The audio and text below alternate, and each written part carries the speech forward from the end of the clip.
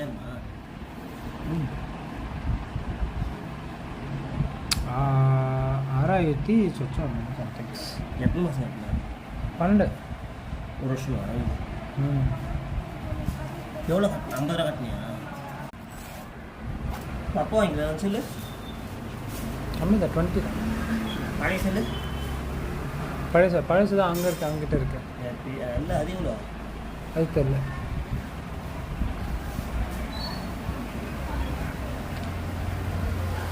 இப்போ நம்ம என்ன லென்த்து 13க்கு 12க்கு 12 இப்போ லென்த் வச்சுருக்குறோமா?